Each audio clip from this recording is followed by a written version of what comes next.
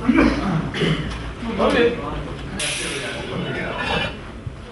ဒါအားလုံးလည်းဆုံးပေးလိုက်ပါ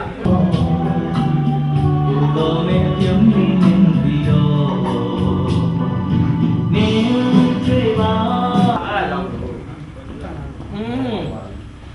ကြောင့်ကဲ့ရောတွေ့မရောအတွက်ခုံခုံခင်းအောင်ဗျာတရားအတွက်ခုံခင်းအောင်ခုံခင်းရမှာဒီလိုဒီလိုခုံခင်း KB ရှင်းပါ KB နေပဲ KB ပဲကျောင်းထဲမှာတကူတော့ပြောင်းသူပြင်တယ်ဒီအောင်လို့တန်လိုက်ပါတော့တာဘလုံးရတွေ